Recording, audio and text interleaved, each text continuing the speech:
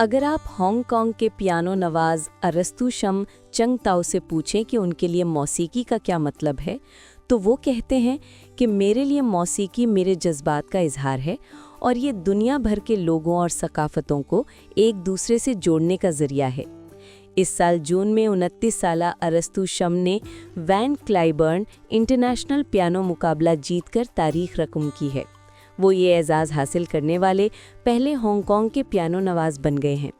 उनके नज़दीक ये कामयाबी ज़ाती फ़ख्र से बढ़कर एक सकाफ़ती शनाख्त की अलामत है। एक चीनी और एशियाई होने के नाते मेरे लिए ये खुशी की बात है कि हम दुनिया के इस बड़े स्टेज पर पहचाने जा रहे हैं।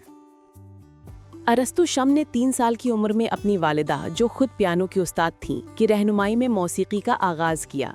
6 साल की उम्र में वो Hong Kong academy for performing arts में दाखिल हुए थे, जहां उन्होंने मारूफ उस्ताद प्रोफेसर एलेनोर वोंग से तरबियत हासिल की। मेरी पहली याद उसके चेहरे और आंखों से जुड़ी है, जिनमें मौसीकी की खुशी झलकती थी।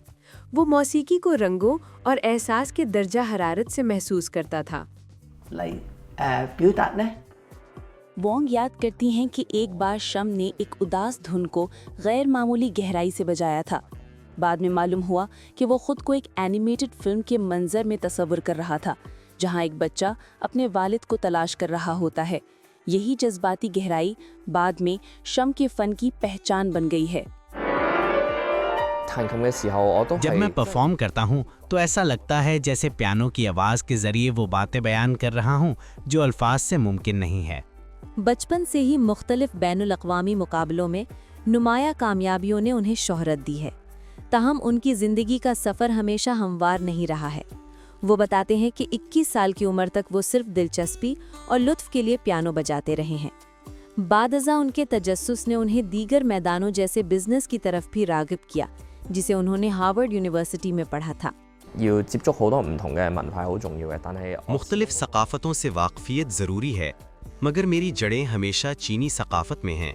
मेहनत, ज़ब्ते नफ्स और लगन, यही मेरी असल ताकतें हैं। अरस्तु शम के मुताबिक उनकी तरबियत में हांगकांग का किरदार निहायत अहम रहा है। यहाँ मैंने आलमी सतह के फ़नकारों की रहनुमाई हासिल की है। अकेडमी में 8 साला तालीम ने मेरे लिए एक मजबूत बुनियाद रखी है। आज वो अपने फ़न के ज़रिए दुनिया में सकाफ़ती हम आहंगी को फ़रोग़ देना चाहते हैं। उनका मानना है कि मौसीकी ज़बान और सकाफ़त की तमाम सरहदें पार कर सकती है। मौसीकी का जादू ये है कि ये ज़बानों और सकाफ़तों की तमाम दीवारें तोड़ देती है।